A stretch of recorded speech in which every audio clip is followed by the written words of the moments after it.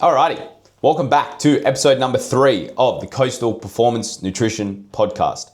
My name's Callum. I'm an online and face-to-face coach based here on the Central Coast, New South Wales, specializing in nutrition. So, episode number 3, 10 ways to make fat loss suck less.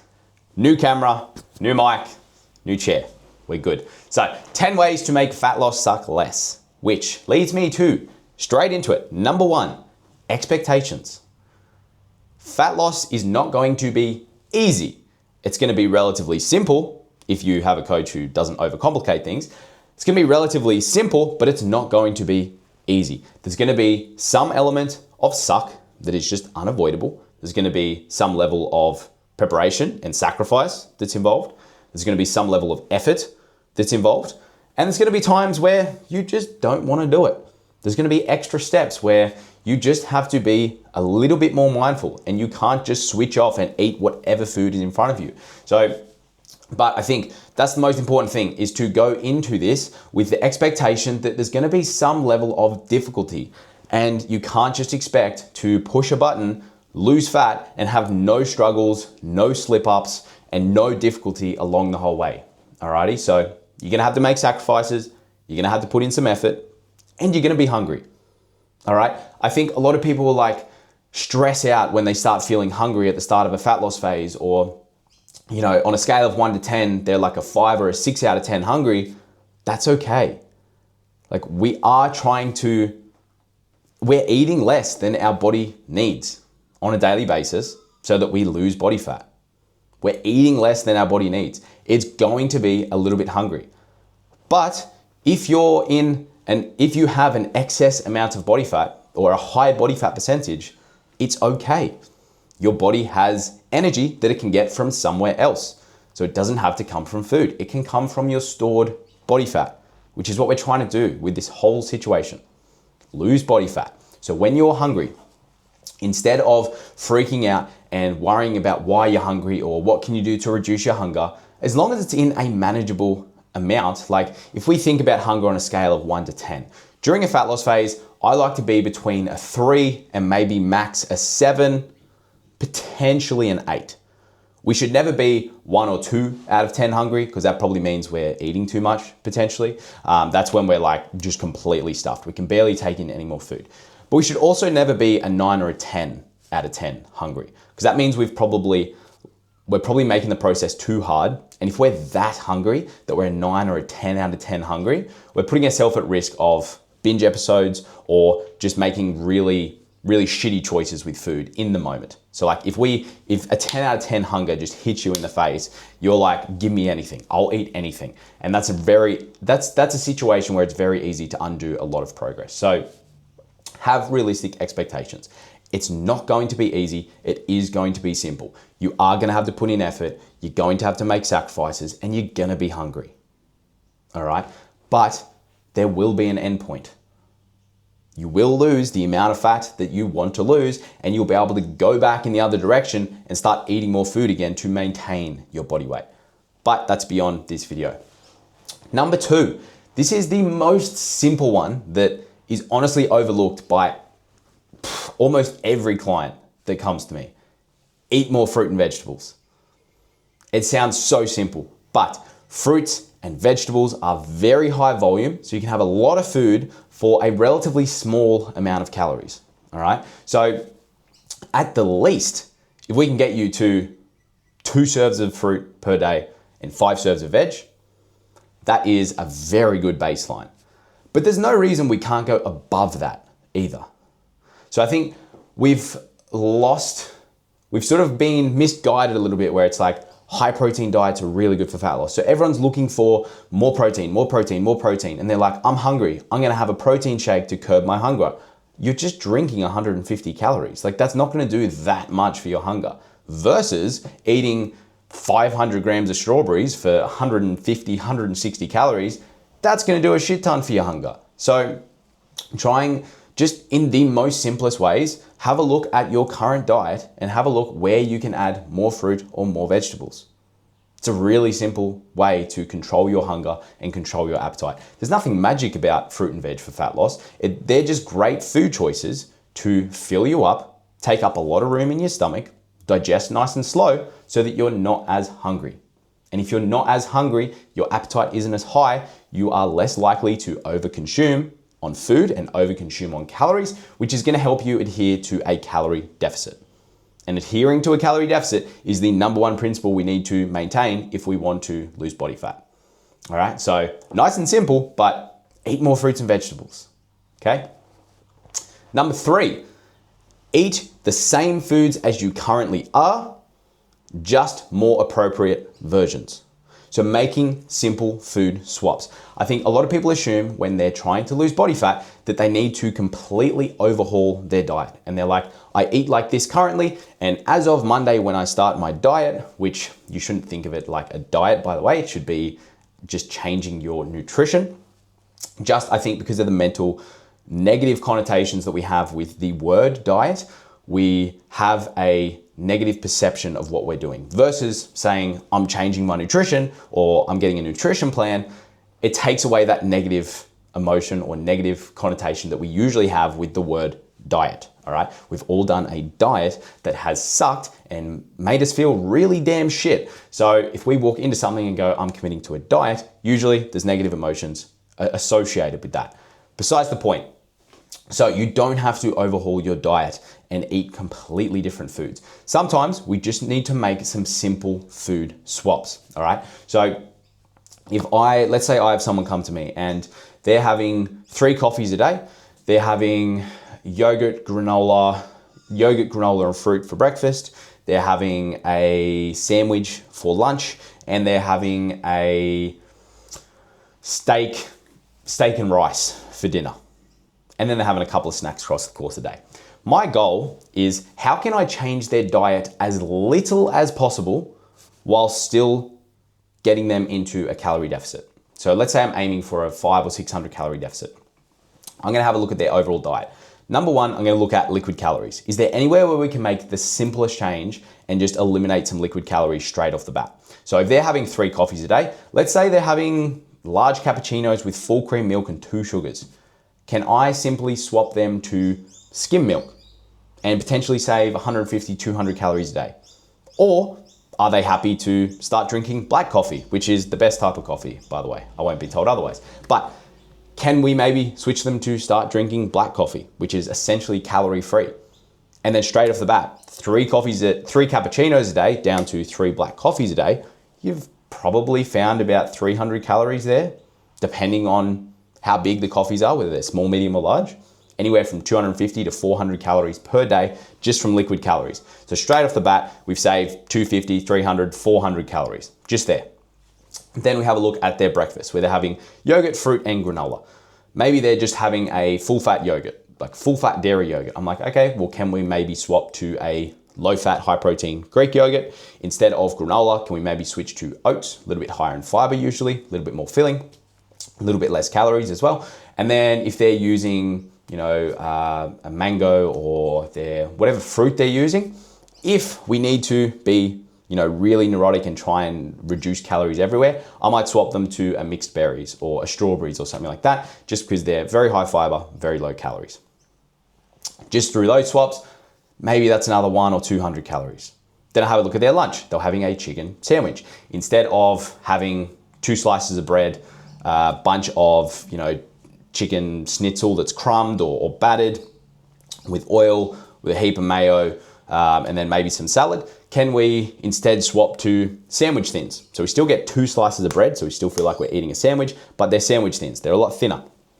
So switch to sandwich thins, switch to low fat or light mayo or half fat mayo instead of full fat mayo, switch to a grilled chicken breast, which we season with our favorite seasoning, and don't use oil. So maybe we cook it in the air fryer instead, and then slap on a bunch of tomato, lettuce, spinach, capsicum, onion, whatever we want to put on the sandwich. Maybe from those swaps again, we've reduced it by another 150, 200 calories. Then we have a look at dinner, and they're having steak and rice. Maybe they're using a really fatty cut of steak and they're cooking it in they're drenching it in oil. And then they're having white rice, which is not bad, but it's just not that filling. So I might swap them to a rump steak or an eye fillet or something a little bit leaner. and just spray the pan with oil as opposed to pouring from the bottle.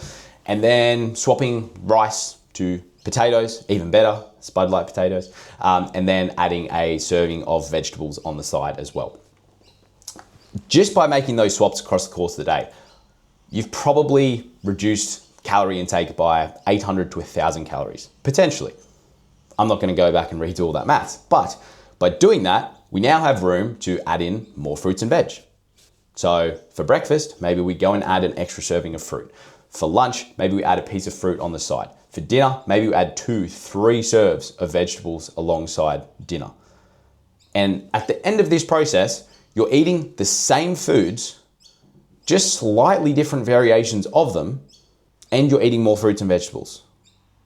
So you're in a calorie deficit, you're actually eating more food volume, so the actual amount of space that a food takes up in your stomach has increased, but you're eating less calories.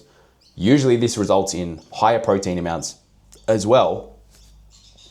It's a win-win.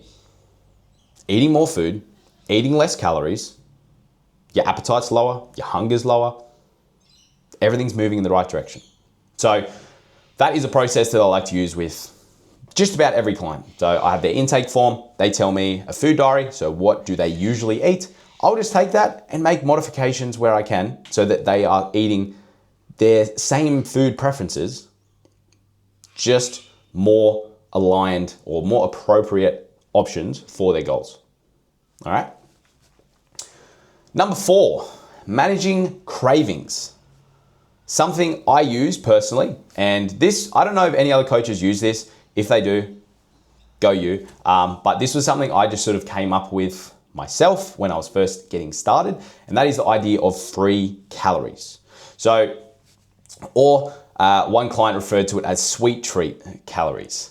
So when I'm building out a client's meal plan, or if I'm just speaking to a client about their nutrition, I like to think of the concept of free calories, where they're not free, where you can just eat however many you want, but my overarching thesis, I guess you could say, on nutrition is that we don't get bonus points for having more nutrients than we need. And that is, what I mean by that is you don't accumulate more and more benefit just by having excessively more and more clean foods, or more and more fruits and vegetables, or more and more healthy foods. So there's a certain point where enough is enough. And I think if 80 to 90% of your nutrition is composed of nutrient dense whole foods, you can then eat, for the remaining 10 to 20% of your calories, you can eat whatever the fuck you want. If that's chocolate, if that's ice cream, if that's, I don't know, siphoning honey into your mouth, whatever it is, like whatever thing you love, eat that. So this whole idea of free calories is teaching people how to eat their favorite delicious foods that are usually labeled as off limits, but how to eat them in a small quantity or a controlled portion. Because I think the biggest issue that I see with most people is they have this relationship with certain foods where it sits in this bucket of off limits. And then when they touch that food, when that first bite touches their lips, they tell themselves they're gonna have one square of chocolate, and before you know it, the whole block's gone.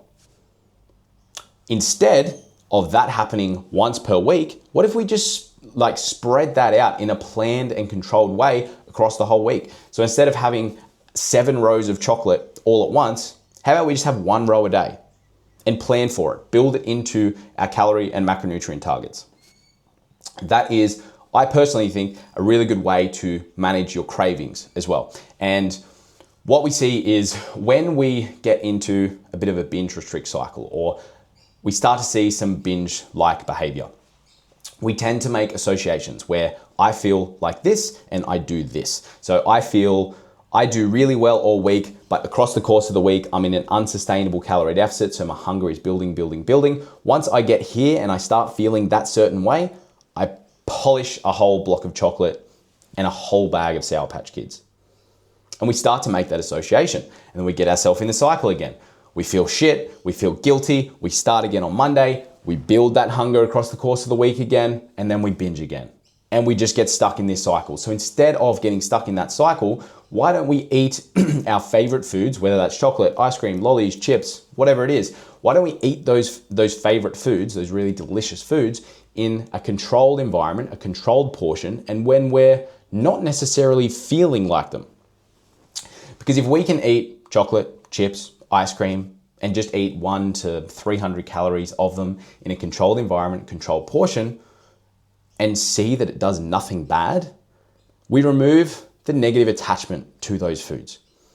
And usually what happens when we have negative emotions or negative attachments to certain foods, there's a big draw to go towards them. If it's like, I've said it a bunch of times now, but don't think of a pink elephant.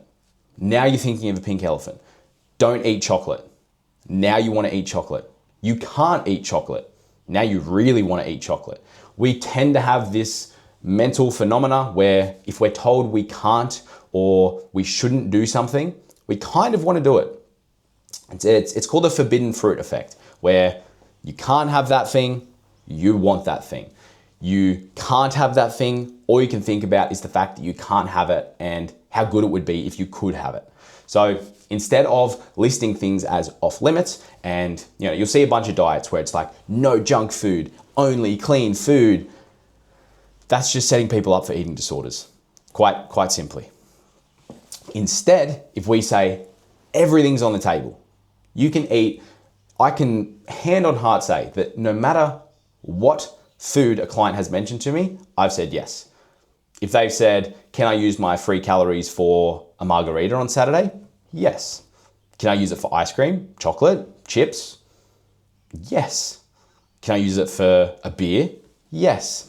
Whatever your thing is, start exposing yourself, or I personally, it is my opinion that it is a helpful nutrition strategy to start exposing yourself to that food in a controlled environment and a controlled portion to start taking away the negative emotions from those foods. You should be able to have a row of chocolate and not give a fuck. Just accept that it is just like any other food and it doesn't sit in this bucket of bad or good. It sits along a spectrum. So we don't have bad foods and good foods. We have highly nutritious foods and nutrient devoid foods. And they all sit on a spectrum. And whether they're processed or not doesn't determine whether they sit at a certain end of the spectrum. So it's just this whole idea is trying to accept that you don't get bonus points for having more nutrients than you need. So if you consume 70 to 80 or 80 to 90% of your total daily nutrition is comprised of nutrient dense whole foods, you should be okay. And you are allowed to have, the remaining 10 to 20% of your food consumption or calories be from stuff that you just find really delicious. And if that's processed foods like ice cream and chocolate, go for it. That's my philosophy anyway. You can have your own. That's number 4. Number 5, plenty of protein and fiber. So I think if you're doing a fat loss phase, it is a very good idea to consume relatively high protein and relatively high fiber. Fiber is one that you have to be mindful of, but I'll talk about that in a second. But this is just because the whole food sources of these macronutrients, or fiber kind of is a macronutrient, not really. The whole food sources of protein and fiber are just really filling, and protein and fiber themselves are really filling. So you think of protein, eggs, dairy, yogurt, meat, fish, chicken, turkey, tofu, tempeh, all that sort of stuff. You can have a lot of food for a relatively small amount of calories and it's quite filling. Even if you have 400 grams of a rump steak, it's a big fat steak, but it's about 400, 500 calories. And it's gonna fill you up for ages. Like try and smash through a 400 gram rump steak and tell me that you could still consume a bunch of food. You probably couldn't. Same thing goes with fiber. Foods really high in fiber tend to be more filling. So think of all your fruit and veg, essentially, whole grains, popcorn for that matter.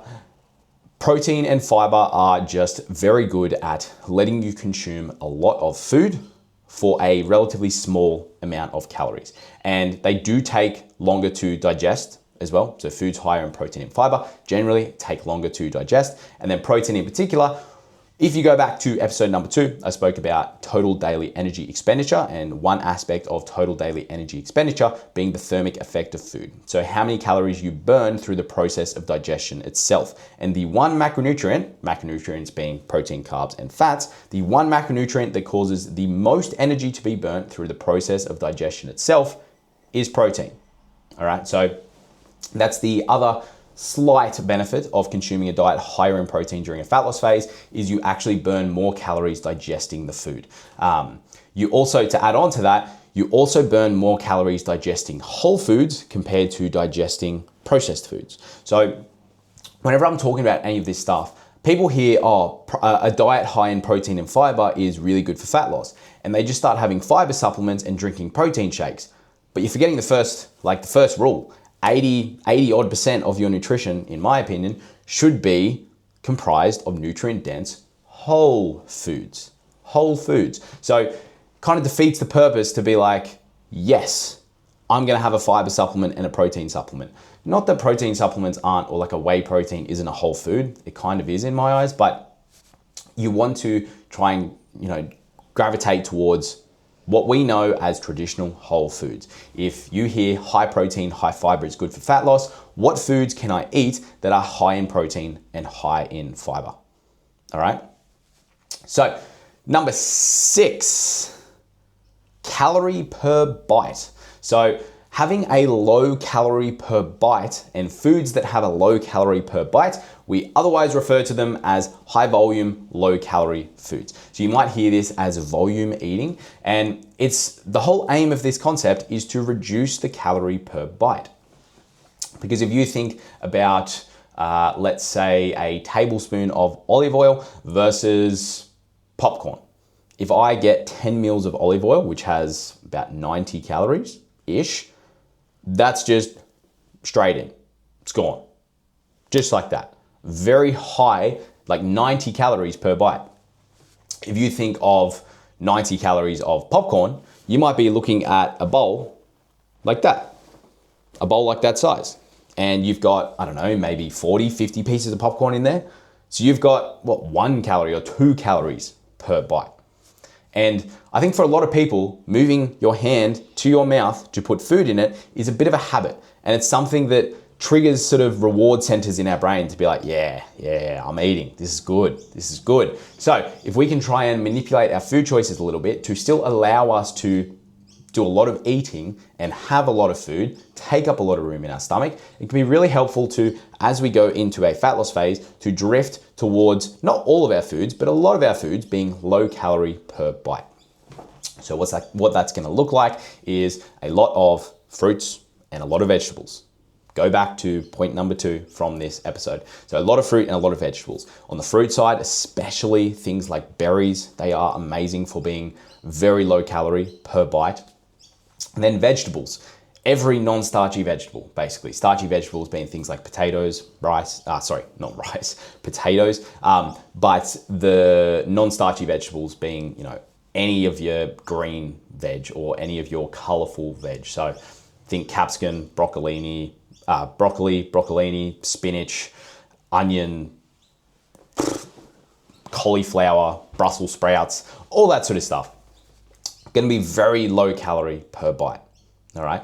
And then when you're thinking of protein sources as well, like a steak, a lean piece of meat like steak, chicken, fish, prawns, they're going to be pretty low calorie per bite as well. When it comes to carb sources, things like potatoes, pumpkin, they're going to be a very solid option for being low calorie per bite. When we think of fats, maybe we lean towards avocado instead of oils, just because we can have more of it. We have more food to consume for the same amount of calories. All right, so calorie per bite is just a concept where you're trying to construct a diet where you still get to eat a lot of food volume, but you adhere to your calories at the same time, which sort of goes back to point number 3, where I talked about the food swaps. The whole goal of the food swaps that I discussed within that point was to try and move towards a nutrition, towards having your nutrition be lower calorie per bite. So foods that have less calories per mouthful or per bite to help you feel less hungry, decrease your appetite, and have an easier time sticking to a calorie deficit, which is what this whole process is about. All right. Number 7, step targets. Step targets. You've heard the trope that gets repeated all the time: eat less, move more. Although in episode number 2, I went through the simple and the complex side of that topic, that is a very good way to break it down in the most simple form as possible. If we're trying to lose fat, we can eat less calories, not less food, less calories. Go back to point number 3, less calories does not mean less food volume. Sometimes it means more, but we need to eat less calories and move more or burn more calories. So they're the two sides of the coin that we can manipulate in order to create a calorie deficit and then leads to fat loss. So at some point, we don't want to just drop our calories in the ass to the point where we're just eating no food. We also want to lean on steps as well. Because whenever people ask me, they're like, oh, should I eat less or should I move more? Both. So if possible, if we can drop your calories by 300 or 400 calories per day and do an extra 4,000 steps per day, that 4,000 steps is probably going to burn 150 to 200 calories per day. We've now only dropped your food by 300 calories, but we've created a 500 calorie deficit by increasing your energy expenditure and by moving more. All right. So it's important to know that we don't want to just rely on food or just rely on movement to lose fat. We want to try and rely on both. So reduce our calorie consumption a little bit and increase our calorie expenditure or our calorie burn a little bit. And an easy way to do that is through step targets. So trying to have more low intensity movements spread across the course of the day, and something that's generalizable, something that's trackable with a watch, being a step target, is a very good strategy to use. Because if I give a client a meal plan that has 1,500 calories, and I don't know what their energy expenditure is from just their daily sort of general movement is, I'm shooting in the dark a little bit. They could be doing 2,000 steps on Monday, 18,000 steps on Tuesday, 3,000 steps on Wednesday, 4,000 steps on Thursday. So on Monday, Wednesday, and Thursday, they're eating at calorie maintenance because they're just not moving. And then they have one day in the week where they're doing a shit ton of movement, shit ton of steps, and they're in a calorie deficit for that day. But then they're so freaking hungry because I've misaligned their calories because I didn't know what their energy expenditure was like. And then they go home and have a little bit of a binge. Versus trying to aim for an average step target across the course of the week, just so you can have a consistent or relatively consistent calorie intake that aligns with your level of activity, is a very good idea. So don't always think that you have to eat less food. Sometimes it is a much better idea to actually move more. If I have a client come to me and they're doing 2,000 steps per day, I'm not going to reduce their food that much. Like I might reduce their food by, 200 calories, 250 calories. The other 250, 300, 400 calories of their calorie deficit is going to come from increasing their steps. If they're doing 2,000 steps per day and I increase them to 7,000, that's like 250 calories of extra calorie burn per day. And that's a pretty low-hanging fruit. Like when we talk about low-hanging fruit, what are some small changes we can make with a big outcome? Going from 2,000 steps per day, which is very little movement, to 7,000 steps per day is basically a 20-minute walk or a 25-minute walk in most cases. About 5 minutes of walking per 1,000 steps-ish. If you're walking at a decent pace, go for a 25-minute walk per day. You've now gone from 2,000 steps to 7,000 steps, and you've burnt an extra 200 to 300 calories in the process. Now we just need to reduce your calorie intake by 200 calories compared to usual, and we've found ourselves at a pretty solid 500 calorie deficit for the day. You're gonna lose about half a kilo a week. So, and as you get deeper and deeper into a fat loss phase, and you've been in a calorie deficit for a while, you can't just keep reducing calories. Because the reality is, as you lose weight, you become a smaller human. So you burn less calories just to exist. Go back to episode 2, I explain all that in there. But as you lose weight, what was once a 500 calorie deficit becomes a smaller calorie deficit. So you could be eating 1,600 calories and it was a 500 calorie deficit, but now it's only a 300 calorie deficit. So you've got a couple of options in that situation. If you want your rate of fat loss to continue, you can either drop your food But to drop your food from 1600 to 1400 calories, that's starting to get a little bit like, makes me wince a little bit.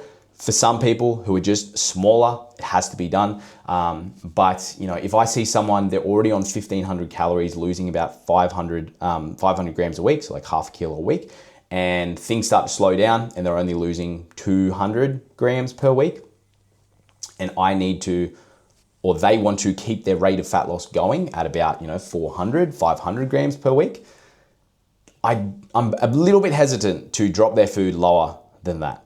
A little bit hesitant.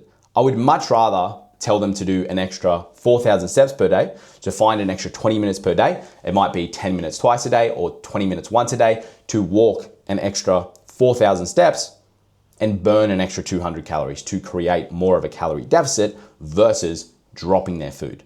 There's no real hard rules around this, but if I look at a client's plan and I just go, ugh, that's not a lot of food, I'm probably going to lean more on the steps side of things, because regardless of calories and macros, we just need people to eat enough food so they can actually get in enough micronutrients as well. Like that's the whole issue with, these 1,000 or 1,200 calorie diets.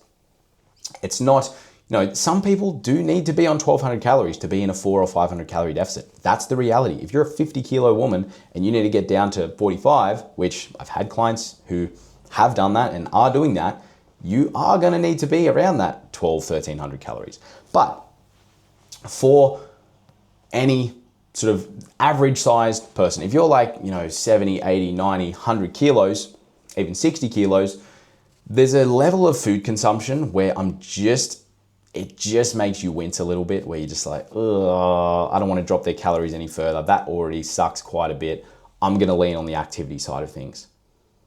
And it's all a trade-off. It's on you to decide, do I want to eat less food? No, this kind of already sucks. Okay, I'm going to make some adjustments to my nutrition so that I have more volume in my diet to try and keep my hunger where it is. And I'm just going to do an extra 5,000 steps per day to keep that calorie deficit where it needs to be. All right, so making sure you're not just relying on reducing your calorie intake, and you are remembering that you can increase your calorie output or calorie burn by increasing your step count. All right, I have clients who, very specific situations, yes, like they're not your average Joe Blow, but they're up to 18 to 20,000 steps per day. These are very specific situations for both powerlifting prep or people who have a very solid end date where we need to get to a certain body weight. They're in weight category sports, but they are doing up to 20, sometimes 22, 24,000 steps per day. Now, it definitely helps that they have an active job, but increasing their step count just means that we can eat more food, but still be in a very big calorie deficit. All right, so you don't always have to eat less food. Sometimes you can really lean into the step target side of things, which I sort of do. Like if I see a client who's doing less than 6,000 steps per day, their steps are going up. It's as simple as that. And I will still drop their calories a little bit, but their steps are going up. All right. Number 8, sleep and hunger. If you're in a fat loss phase, like I said at the start, you have to expect that at some point you're going to be hungry. You just are going to be a little bit hungry. Something that is going to make that hunger disproportionately worse, so just massively worse, is poor sleep. If you are sleeping, 5 or 6 hours a night, your appetite, your cravings, your hunger in general is just going to sit a little bit higher. When we go through sleep restriction or periods of poor sleep, our hunger hormone, ghrelin, it just punches us a little bit harder. And we just have more of an urge to eat, more of an urge to crave really tasty things. I'm sure you can relate to that. You have a shit night of sleep Monday through Friday, you still got to go to work, you might have kids that you still got to care for, and then you get to Saturday and you're just like, oh my God, I'm just going to go and punish a KFC dinner box. Sleep is one of those things where if we don't prioritize our sleep in a fat loss phase and we have things within our control that we aren't controlling, sleep is a dial that we can turn up or down that can really be beneficial or opposite, very non-beneficial when it comes to our hunger management. So if you're struggling with hunger, you're struggling with appetite during a fat loss phase, and it is within your control to get more sleep. I understand for some of you, you have kids, you have families, you have, really sporadic work schedules where sleep is hard to come by, or, your good old 7 or 8 hours of sleep is not as easy to come by as it is for others.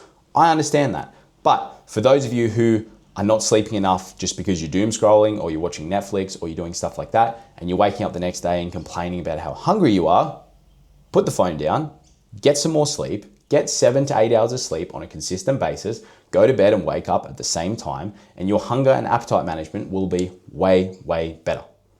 All right? That was a quick one. Number 9 is routine. Our body does like routine. It likes eating. If you're in a fat loss phase, something that works well for a lot of people is waking up, having the same food at the same time every single day. You might be someone who can't do that. You just get bored shitless of that type of nutrition. Some people can do it, but there is an element of repeatability that is really beneficial in a fat loss phase. If you wake up and at 8 a.m. you have this food, at 10 you have a black coffee, at 12 you have this for lunch, at 2 you have this for snack, at 6 you have this for dinner, and at 8 you have this for dessert. If you have a repeatable routine that you follow every day, I would say those are the clients who find it the easiest, or they have the least amount of suck in a fat loss phase from a hunger and appetite management standpoint. Just because your body likes routines and its hunger and appetite does adjust to your normal eating pattern. So when people are like, I never get hungry in the morning, I'm not hungry for breakfast, that's because you've probably had a long period of time where you haven't eaten breakfast. So your body's just gotten used to having more of your calories in the back end of the day, and it just naturally doesn't get hungry at the front of the day. But then if you break that routine and you start having breakfast, all of a sudden your body starts getting hungry earlier on the day. This isn't your metabolism firing back up or whatever bullshit you read online. It's just your body falling into the rhythms that you follow or the routines that you follow. If you always eat breakfast, you're probably going to be hungry at breakfast when it's about time to eat breakfast. If you always eat dessert at 9 p.m., your body's probably always going to have that expectation of 9 p.m. there's going to be some treaty stuff coming in. So our body does like routines. It likes habits.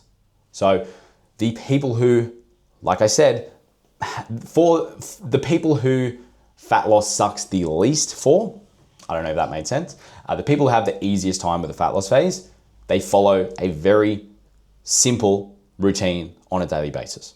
They have the same meals every single day at the same time. I'm not saying you have to do that, but it is something that just makes this process easier. And it doesn't have to be like that forever as well. But if you have 4, 6, or 8 weeks, and you just sit down and say, hey, every week, I'm gonna change my meals on a weekly basis, but Monday through Sunday, I'm just gonna eat the exact same food at every meal. So breakfast is always the same, lunch is always the same, dinner's always the same. I slightly vary my snacks.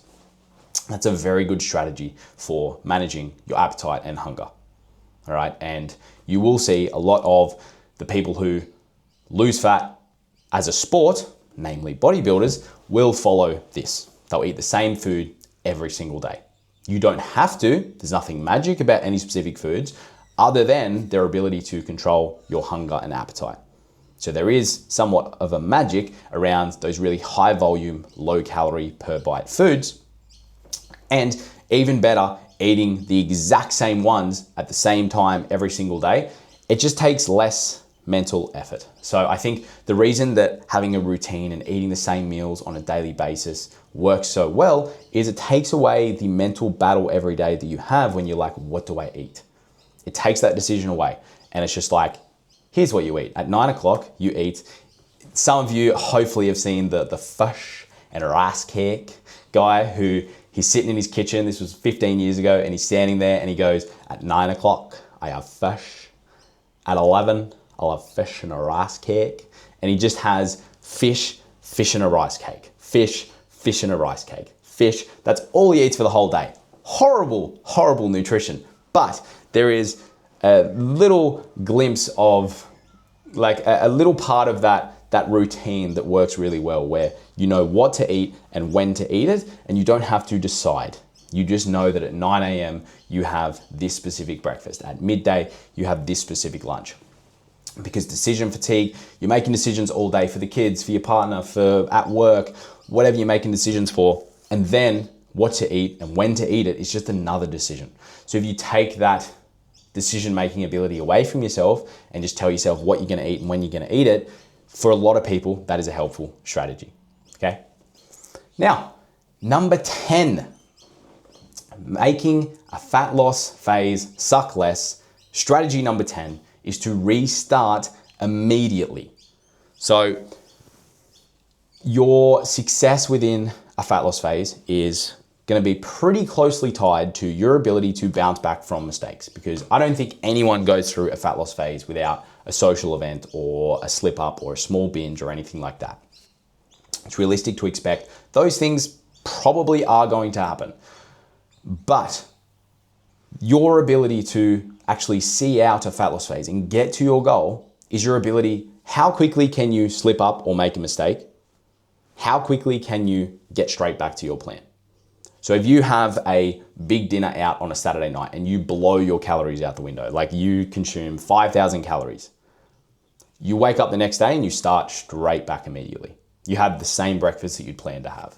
You don't let one bad meal on a Saturday night lead to a shitty breakfast on Sunday morning, a shitty lunch on Sunday, and a shitty dinner on Sunday, followed by a pint of Ben & Jerry's and a bag of lollies, and then you'll start again on Monday. The biggest thing that gets in people's ways is this binge restrict cycle of I'll start again Monday. And I'll start again Monday usually turns into permission to just binge. They're like, well, I'll start again on Monday and I'm not gonna allow myself to binge, so I'm gonna do that now, and then I'm gonna lock in, and then we see that cycle repeating. So your ability to actually see out a fat loss phase and get to the end of it at your target goal, your goal body weight or your goal body fat percentage, is your ability to restart immediately. Have a bad meal, have a slip up, make a decision you didn't want to make, struggle with a food choice at a restaurant, whatever it is. If you can make a decision that you didn't want to make, you need to be able to just get straight back to your plan straight away. No matter how bad of a mistake you made, whether you ate 5,000 calories through cheesecake and whatever you had at the restaurant, you need to be able to restart immediately. Get up the next day and fall straight back into your plan. All right. Caveat with that, this is just a bonus strategy for you. If you do overeat, let's say over Christmas and New Year's, you ate a bunch of food, and you always hear people like myself saying, don't restrict, don't restrict, don't restrict. Just eat all that food and then go back to your new normal plan. If you try to go back to your normal plan and you're just not hungry, like you can't get all the food in because you ate so much in the days leading into it, it's okay to listen to your hunger and fullness cues and actually eat less, as long as you're eating less because your hunger and appetite is low. You're not eating less because you hate yourself and you're trying to restrict yourself and punish yourself for all the overconsumption. So it's the mental frame that you look at that through, very important. But besides the point, manage your mindset. Don't start again on Monday. Start again now. Have one bad meal or have a slip up or whatever it is and start again immediately. That reduces the amount of, if you slip up on Wednesday and that turns into a shit Thursday, Friday, Saturday, and Sunday, that's 4 days where you're potentially going backwards away from your goals versus having a shit Wednesday and just having a shit Wednesday. A shit Wednesday doesn't have to turn into a shit Thursday, Friday, Saturday, and Sunday. A shit Wednesday can just be a shit Wednesday. And then Thursday, we get straight back to our plan. So that's the biggest thing I try and communicate with my clients, is to not fall prey to the Gregorian, is it the Gregorian? I'm gonna fact check myself there. Gregorian calendar. It is the Gregorian calendar. The calendar structure that we use. You don't need to fall prey to the Gregorian calendar and start again on Monday, because Monday is literally just an arbitrary day. There's no meaning. That's getting a little bit deep, but I understand for some people it has meaning because they start their work week on a Monday, but there's nothing special about Monday. You just make it that way in your head. So there's no reason you can't fuck up on Wednesday and start again on Thursday morning or Wednesday night. So don't fall prey to your mindset and let it guide you towards, I'll start again on Monday. That's what holds a lot of people back. That is all 10 points. So to summarize for you, 10 ways to make fat loss suck less. Have realistic expectations. It's okay to be hungry, and you will be hungry at times. Eat more fruit and vegetables.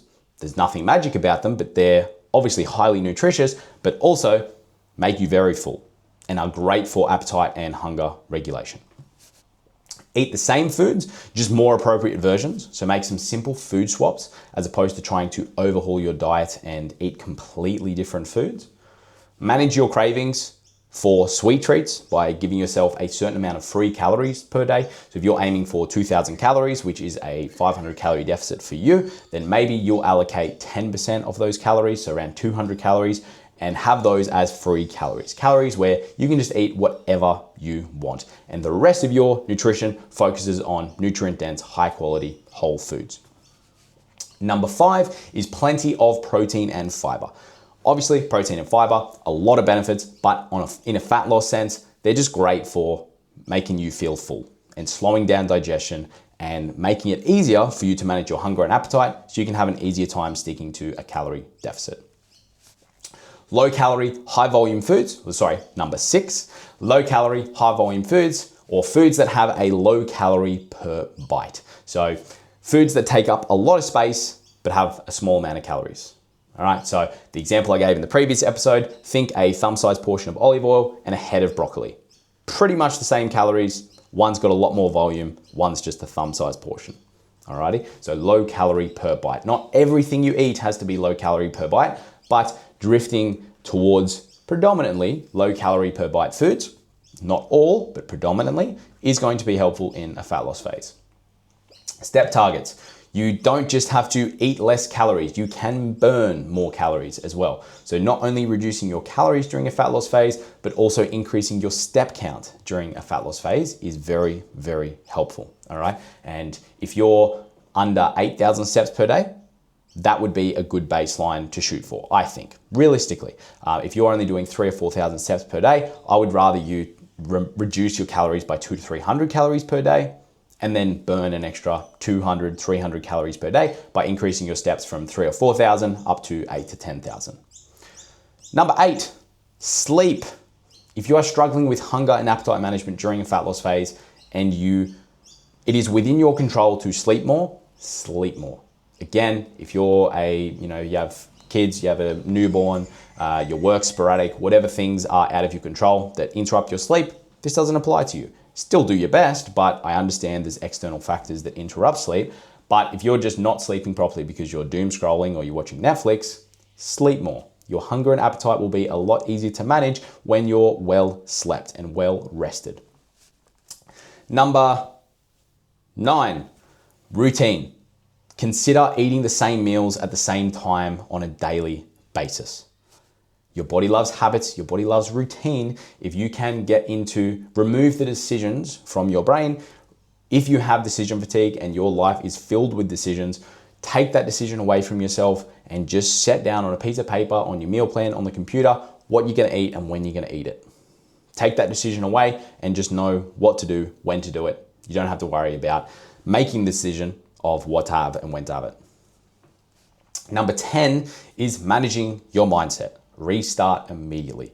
You fuck up, you slip up, whatever you do, how quickly can you get back to your original plan?